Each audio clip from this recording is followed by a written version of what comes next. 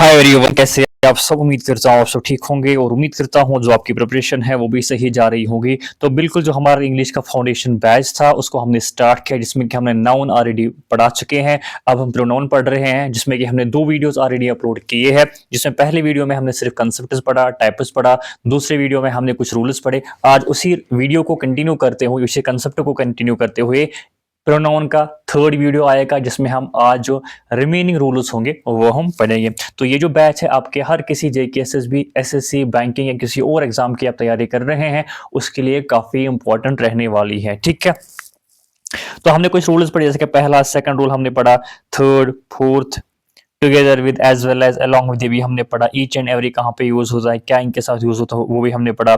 Both, few, many, several, ये भी हमने पढ़ा। इनडेफिनिट प्रोनाउंस जो है कैसे इनका यूज होता है वो भी हमने पढ़ा। वन ऑफ द कैसे यूज होता है वो भी हमने पढ़ा। रिलेटिव प्रोनाउन कैसे यूज होते हैं वो भी हमने पढ़ा। और जो पॉजेसिव प्रोनाउंस जो है जिरन के पहले हमने यूज करने होते हैं वो भी हमने पढ़ा। तो नेक्स्ट रूल क्या है, प्रोनाउंस विद कलेक्टिव नाउन्स। ये बेसिकली हमने जो नाउन टॉपिक था उसमें भी शायद हमने डिस्कस किया था। कलेक्टिव नाउन जो होता है, कलेक्टिव नाउन का मतलब होता है जब हम एक ग्रुप को एक पर्टिकुलर नाम देते हैं उसको हम बोलते हैं कलेक्टिव नाउन। जैसा कि यहाँ पे लिखा है कि जूरी, जूरी का मतलब क्या है, ग्रुप ऑफ जजेस। तो कलेक्ट ये क्या है, कलेक्टिव नाउन है। अब इनके साथ प्रोनाउन कैसे हम यूज करते हैं वो हम पढ़ेंगे। देखो, singular if the group act as one unit.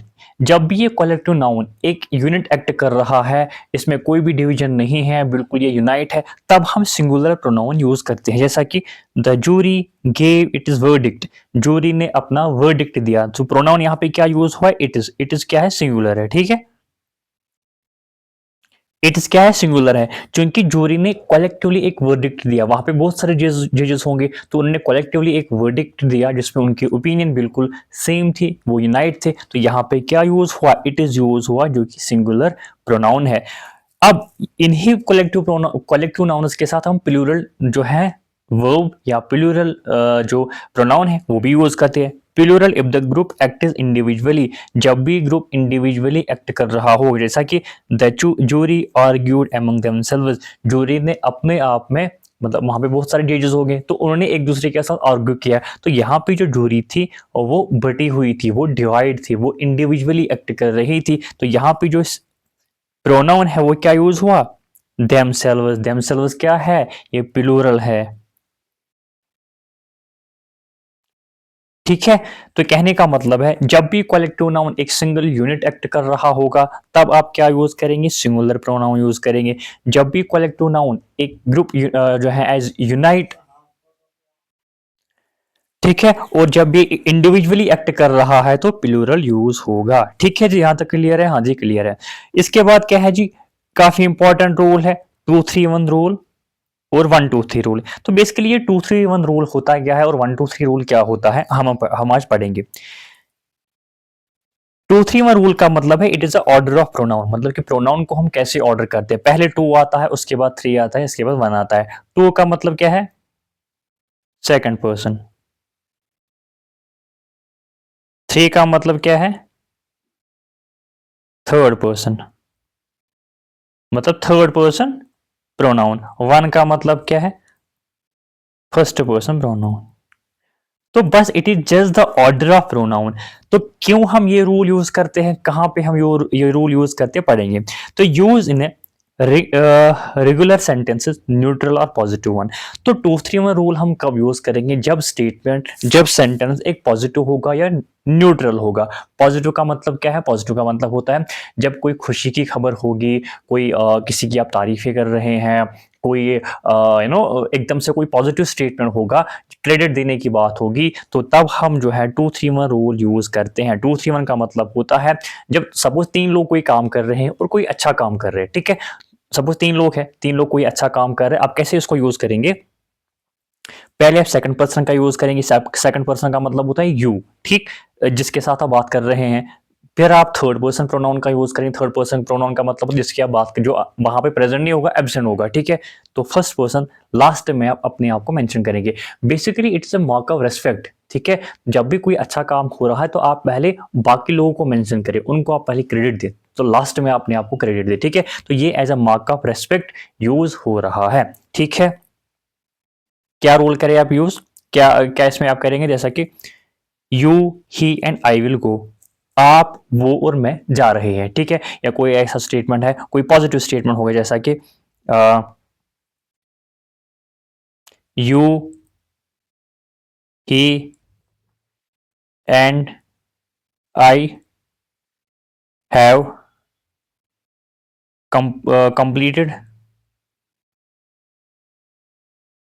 completed the course successfully. आपने, उसने और मैंने एक कोर्स को सक्सेसफुली कंप्लीट किया, क्योंकि ये एक अच्छी खबर है, एक पॉजिटिव स्टेटमेंट है, एक पॉजिटिव सेंटेंस है, तो यहां पे आप 2-3-1 रूल का यूज करेंगे। 2-3-1 का मतलब है, 2 मतलब यू सेकंड पर्सन, 3 मतलब वो जो एब्सेंट होगा उस टाइम, और आई मतलब आप अपने आप को लास्ट में मेंशन करेंगे, ठीक। दूसरा स्टेटमेंट, दूसरा रूल क्या है, 1-2-3 रूल। 1-2-3 रूल, ओबियसली पहला 1 फर्स्ट पर्सन होगा, पहले आप फर्स्ट पर्सन को यहां पे मेंशन करेंगे। 2 का मतलब क्या है, सेकंड पर्सन। 3 का मतलब क्या है, थर्ड पर्सन।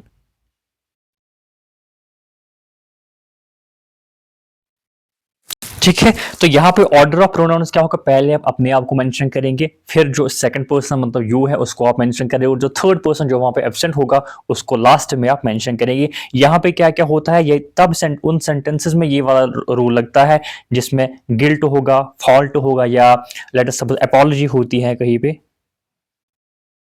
या पनिशमेंट का कोई सेंटेंस है, या इसी तरह जो है, और क्या है, क्राइम कोई आपने किया, सब 3 लोगों ने क्राइम किया, आपका क्या करेंगे, आप पहले अपने आप को मेंशन करेंगे, फिर जो आपके सामने बंदा होगा उसको मेंशन करेंगे, और फिर लास्ट में जो बेचारा एब्सेंट बंदा होगा उसको लास्ट में आप मेंशन करेंगे। तो ये भी एक मार्क ऑफ रेस्पेक्ट है, जो भी आप गलत काम कर रहे हैं पहले अपने आप को मेंशन करें, कोई अच्छा काम आप कर रहे हैं पहले उन दोनों को मेंशन करें, लास्ट में अपने आप को मेंशन करें, ठीक है। क्राइम है कोई, तो यहाँ पे, या कोई फॉल्ट है, कोई मिस्टेक है, कोई गिल्ट है, तो यहाँ पे 1-2-3 रूल लगता है, पहले अपने आप को मेंशन करेंगे, फिर यू, फिर ही, शी और इट और दे, ठीक है। जैसे कि एक सेंटेंस है, I, you and he are responsible, मैं, आप और वो रिस्पॉन्सिबल है किसी गलती के लिए, ठीक है। या एक और सेंटेंस है, आई, ये सेंटेंसेस आप नोट करेंगे, आई, यू,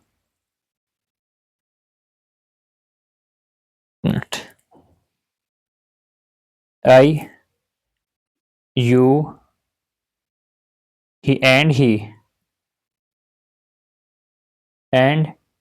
ही आर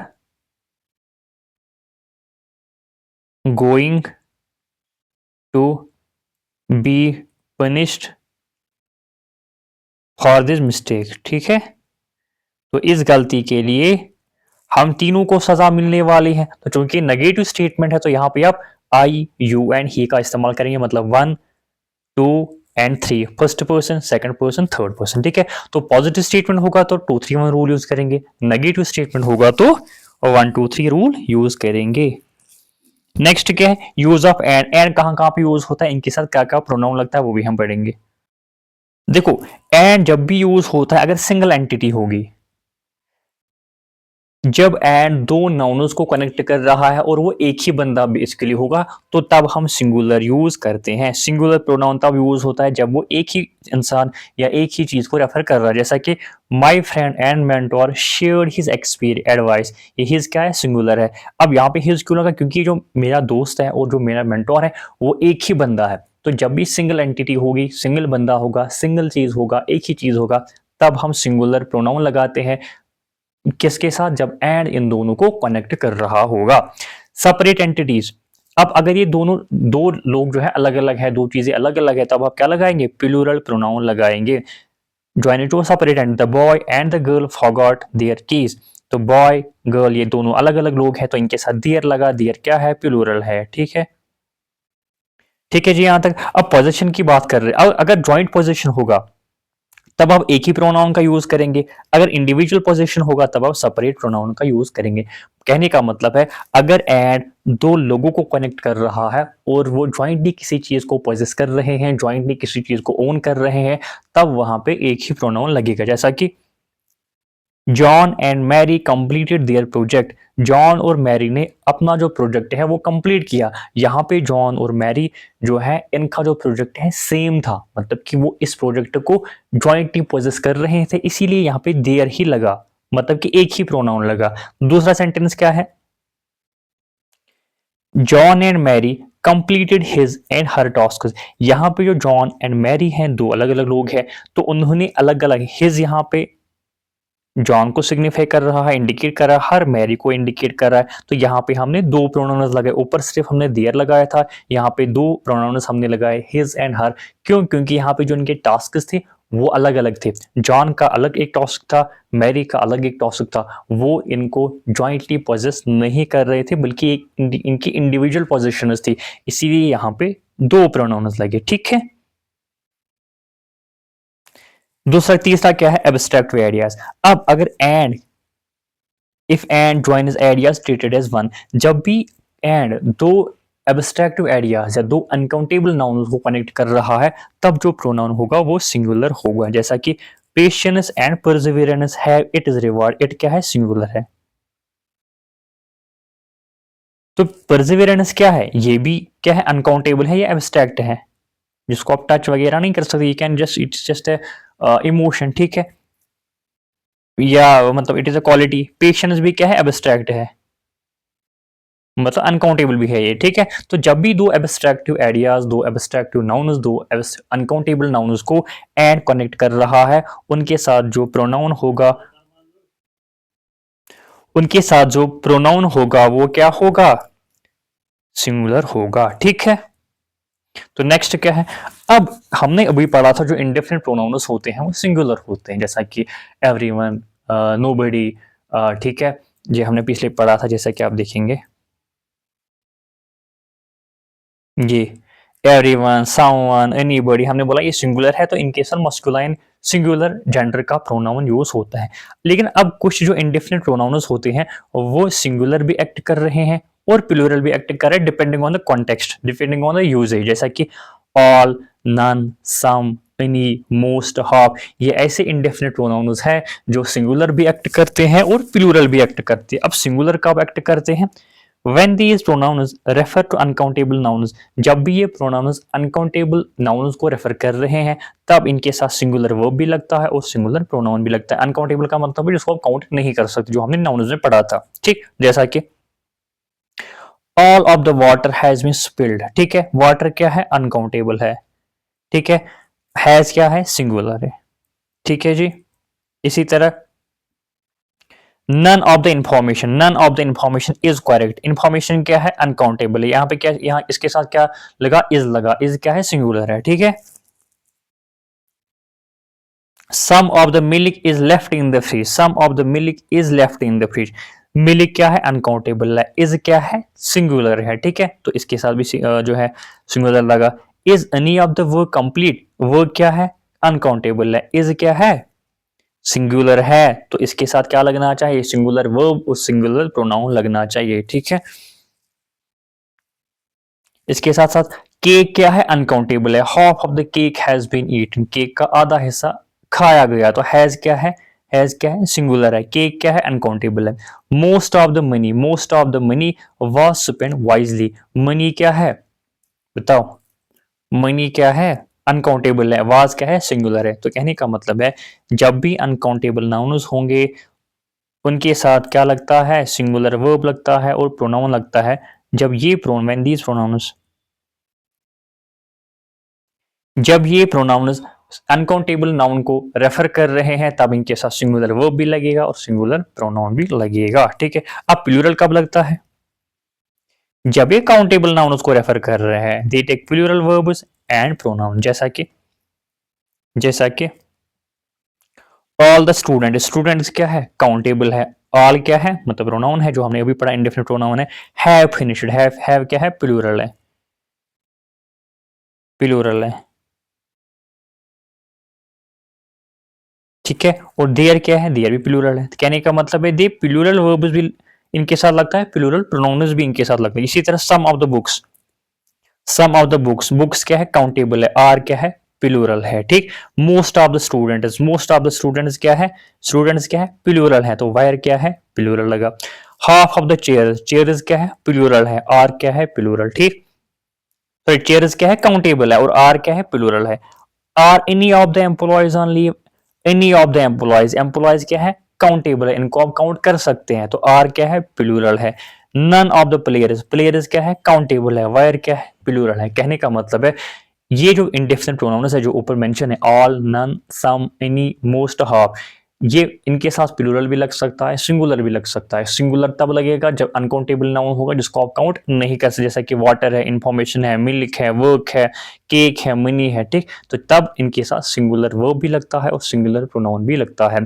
दूसरा, इनके साथ प्लूरल भी लग सकता है, कब, जब वो जो नाउन है वो काउंटेबल होगा तो इनके साथ जो प्लूरल वर्ब भी लगेगा और प्लूरल प्रोनाउन भी लगेगा, जैसा कि स्टूडेंट्स है, बुक्स है, स्टूडेंट्स है, चेयर्स है, एम्प्लॉयज है, प्लेयर्स है, ये सारे के सारे क्या है, काउंटेबल है। तो इनके साथ जो प्रोनाउन है, जो हेल्पिंग वर्ब है, वो क्या होगा, प्लूरल होगा, ठीक है जी। Next, parallel structure. अब पैरेलल स्ट्रक्चर का मतलब होता है कि जो प्रोनाउन दे शुड पैरेलली ये फॉलो करनी चाहिए। पैरेलली का मतलब क्या है, जैसा कि ये मैच करने, जैसा कि he invited her and me, you can't say he invited her and I, क्यों, क्योंकि हर तो यहाँ पे ऑब्जेक्ट केस है ना, ऑब्जेक्ट केस है, और आई तो यहाँ पे सब्जेक्ट केस है, तो ये मैच नहीं करते, तो ये गलत होगा, ये सेंटेंस ही गलत है। तो जो प्रोनाउंस होंगे वो पैरेलली मीट करने चाहिए, पैरेलली मैच करनी चाहिए। अगर हर ऑब्जेक्टिव है तो आई का ऑब्जेक्टिव फॉर्म ही हमें लगाना जो कि मी है, ही इनवाइटेड,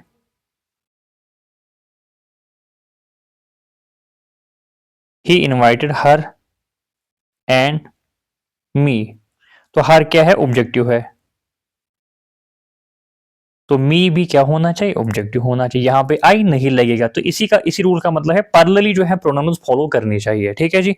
ये हमने कंपैरिजन वाले में भी पढ़ा था, he is taller than me, ठीक है, sorry he is taller than I, ठीक है, क्योंकि ही सब्जेक्टिव है तो यहाँ पे आई भी सब्जेक्टिव होना चाहिए। तो ये इसी का मतलब होता है पैरेलली जो है जो प्रोनाउंस है वो फॉलो करनी चाहिए। इसके बाद रूल नंबर 19 क्या बोलता है, ये इंपॉर्टेंट है, यूज ऑफ दिस, ये बेसिकली एक साथ हम लिखते हैं, use of the same that, जब भी द सेम सेंटेंस में होगा उसके बाद जो प्रोनाउन होगा वो डैट होगा, विच यहाँ पे नहीं होगा। अवॉइड विच आफ्टर सेम, कहने का मतलब है जब भी ये जो द सेम है ना, ये जो डैट है ना, किसी चीज को रेफर कर रहा है, ठीक है, जैसा कि this is the same dog that my friend bought from the US, मतलब कि ये जो डॉग है ये वही डॉग है जो मेरे फ्रेंड ने यूएस से मंगवाया था, उसने खरीदा था, ठीक है। जब भी ये रेफर कर रहे किसी स्पेसिफिक एंटिटी को तब हम द सेम के बाद हमेशा डैट लगाते हैं, विच नहीं लगाते, जैसा कि टू एम्फेसाइज स्पेसिफिक एंटिटी, इसमें हम स्पेसिफिक एंटिटी की बात कर रहे हैं जिसको हमने रेफर किया, जैसा कि this is the same book that I read last week, that I read last week. अब मैंने रेड क्यों पढ़ा, क्योंकि लास्ट वीक है तो पास्ट टेंस, पास्ट इसकी जो फॉर्म होगी रीड की जो कि रेड है, ठीक है। ये वही बुक है, ये वही बुक है जो मैंने पिछले हफ्ते पढ़ी थी, वही बुक में, मतलब मैं एक पर्टिकुलर बुक की बात कर रहा हूं, तो यहाँ पे द सेम के बाद हमेशा क्या लगेगा, कहाँ गया, द सेम के बाद हमेशा डेट यूज होता है, बाद नहीं, मतलब इस वाले सेंटेंस में you can't say use the same book which I read last week, वो गलत होगा। यहाँ पे मैंने लिखा ना avoid which after the same, तो वो गलत होगा। जब भी द सेम की बात कर रहे हैं, क्योंकि एक पर्टिकुलर एक एंटिटी को, एक स्पेसिफिक एंटिटी को, एक स्पेशल एक चीज को रेफर कर रहा है, तो इसके बाद हमेशा क्या लगेगा, डेट से आप उसको इंडिकेट कर रहे हैं, ना कि विच से, ठीक है। जैसा कि this is the same dog that that my friend bought from the US, ठीक है। तो ये वही डॉग है, ये वही कुत्ता है जिसको मेरे दोस्त ने यूएस से मंगवाया था, यूएस से खरीदा था, ठीक है। क्योंकि हम पर्टिकुलर डॉग की बात करें, उसकी तरह इशारा कर रहे हैं, तो यहाँ पे जो द सेम के बाद डेट का इस्तेमाल होगा, विच यहाँ पे यूज नहीं होगा। ये भी इंपॉर्टेंट था जो कि आपको समझना चाहिए। अब जो लास्ट रूल है, rule number 20 and then it is 21, तो ये भी चीज हम जो है फिर इसको हम कंक्लूड करेंगे। इसके बाद वाला जो वीडियो होगा उसमें हम एमसीक्यू डिस्कस करेंगे। डमी इट यूसेज, कभी कभार क्या होता है हम इट को ऐसे ही इस्तेमाल कर दे, जैसा कि वेदर के लिए, टाइम के लिए, डिस्टेंस के लिए। डमी इट यूसेज का मतलब होता है वहां पे चूंकि सब्जेक्ट की कोई जरूरत नहीं थी, ग्रामेटिकल रिक्वायरमेंट को फुलफिल करने के लिए उस सेंटेंस को सब्जेक्ट, बेसिकली हर किसी सेंटेंस का सब्जेक्ट होना चाहिए, तो वो रिक्वायरमेंट, ग्रामेटिकल रिक्वायरमेंट को फुलफिल करने के लिए हम इट का इस्तेमाल करते हैं, जबकि यहाँ पे सब्जेक्ट की इट की कोई ज़रूरत नहीं थी। ये पर्टिकुलर चीज की तरह हमें इंडिकेट कर रहा है, वरना इट का यहाँ पे कोई मतलब नहीं था। जैसा कि इट इज रेनिंग, बारिश हो रही है, इट इज 5 किलोमीटर अवे, ये यहां से 5 किलोमीटर दूर है, जबकि इट का यहाँ पे कोई मतलब निकलता ही नहीं है। इट इज रेनिंग, बारिश हो रही है, तो इट क्या किसको यहाँ पे सिग्निफाई कर रहा है? इट किस नाउन को यहाँ पे रेफर कर रहा है? किसी को भी नहीं, तो इट का यहाँ पे कोई मतलब नहीं है, इसलिए इसको हम बोलते हैं डमी इट यूसेज। डमी मतलब यूज करते हैं, मतलब इसका कोई मतलब नहीं है, सिर्फ और सिर्फ ग्रामेटिकल रिक्वायरमेंट को फुलफिल करने के लिए हम इट का इस्तेमाल कर रहे हैं, ताकि इस सेंटेंस का कोई सब्जेक्ट हो। ठीक है, it is raining, it is 5 kilometre away, time के लिए यूज होता है, इट इज 5 PM। ठीक है, 5 बज रहे हैं, तो ये डिस्टेंस, टाइम और वेदर के लिए इट जो होता है एज डमी यूज होता है। अब इंपॉर्टेंट चीज है जो कि बहुत सारे लोग जिससे कंफ्यूज होते हैं, कि इट इज क्या होता है और ये इट इज क्या होता है, जिसको हम एपोस्ट्रोफी ऐसे लिखते हैं। बेसिकली इनका मतलब क्या है, देखो जब भी ऐसे लिखते हैं आप ITS, ITS जो है विदाउट एपोस्ट्रोफी, ये पॉजेसिव फॉर्म ऑफ इट होता है, जिससे ओनरशिप दिखाते हैं। जैसा कि बाकी चीजों में आप एपोस्ट्रोफी एस से ओनरशिप दिखाते हैं, यहाँ पे एपोस्ट्रोफी के बगैर यहाँ पे उल्टा है। यहाँ पे एपोस्ट्रोफी एस अगर नहीं होगा तो ओनरशिप है, एपोस्ट्रोफी एस होगा तो ओनरशिप नहीं है। जैसा कि the tree lost its leaves, ये जो इट इज है बेसिकली ट्री को ट्री की पोजीशन दिखाता है, ट्री की ओनरशिप दिखाता है। ठीक है, इसी तरह the dog wagged it is tail, ठीक है, जो इट इज है डॉग को रेफर कर रहा है, तो जब भी इट इज होगा विदाउट एपोस्ट्रोफी ये ओनरशिप दिखाता है या पोजीशन दिखाता है। ठीक है, ये आप याद रखेंगे, क्योंकि इसमें बहुत सारे लोग कंफ्यूज हो जाते हैं, वो उनको लगता है कि शायद ये वाला जो इट इज है पोजीशन दिखाता है, एपोस्ट्रोफी वाला है जो कि उल्टा है। अब जो इट इज होगा जिसमें एपोस्ट्रोफी एस होगा, ये दिखाता है contraction of it, basically it is. अगर आपको इट इज में शॉर्ट फॉर्म में लिखना है, आप क्या लिखेंगे? इट इज एपोस्ट्रोफी एस के साथ। अगर आप इट हैज को शॉर्ट फॉर्म में लिखना चाहते हैं, आप क्या लिखेंगे? इट इज, मतलब एपोस्ट्रोफी इट एपोस्ट्रोफी एस। ठीक है, इट हैज को भी आप इट एपोस्ट्रोफी एस लिख सकते हैं, और इट इज को भी आप इट एपोस्ट्रोफी एस लिख सकते हैं। बेसिकली ये कंट्रैक्ट फॉर्म है इसकी, शॉर्ट फॉर्म है इसकी। ठीक है, जैसे कि it is a bright morning, इसका जो फुल सेंटेंस होगा it is a bright morning. इसी तरह it has been a great day, अगर आप इसको शॉर्ट फॉर्म में लिखना चाहते हैं, it apostrophe S been a great day. तो कहने का मतलब है अगर डायरेक्टली ITS लिखा होगा ये पोजीशन दिखाता है, तो यहाँ पे उल्टा है, बाकी चीजों में एपोस्ट्रोफी एस पोजीशन दिखाता है, यहाँ पे एपोस्ट्रोफी एस पोजीशन नहीं दिखाता, यहाँ पे ये क्या दिखाता है? कंट्रैक्शन फॉर्म इट इज की और इट हैज की। ठीक है, और एपोस्ट्रोफी एस वाला क्या दिखाता है? कंट्रैक्शन दिखाता है, और बिना एपोस्ट्रोफी एस की अगर इट इज लिखा होगा तो क्या दिखाता है? ओनरशिप दिखाता है, पोजीशन दिखाता है। ठीक है, so that was the end of student. हमने हर कोई प्रोनाउन का रूल पढ़ा, क्योंकि मैंने आपको बोला था फाउंडेशन बैच है, हम इसमें A to Z डिस्कस करेंगे। अब जो भी एग्जाम आपके आने वाला होगा JK SSB का, उसमें इंग्लिश का काफ़ी इंपॉर्टेंट रोल होता है, चाहे आप JK पुलिस सब इंस्पेक्टर की बात कर रहे हैं या किसी नायब तहसीलदार या किसी और एग्जाम की बात कर रहे हैं, वहाँ भी जनरल इंग्लिश लिखा हुआ होता है। तो उसी चीज़ को मद्देनजर रखते हुए हमने ये कंप्लीट बैच स्टार्ट किया, जिसमें हम कंसेप्ट भी पढ़ते हैं, टाइप्स भी पढ़ते हैं, रूल्स भी पढ़ते हैं, और फिर MCQs भी लाते हैं। तो नेक्स्ट जो इसका वीडियो होगा उसमें हम सिर्फ और सिर्फ MCQs डिस्कस करेंगे, which will be basic to advanced। ठीक है, तो if you are new to the channel, don't forget to subscribe the channel and don't forget to share it with the friends who are also preparing for the same exam। Thank you so much।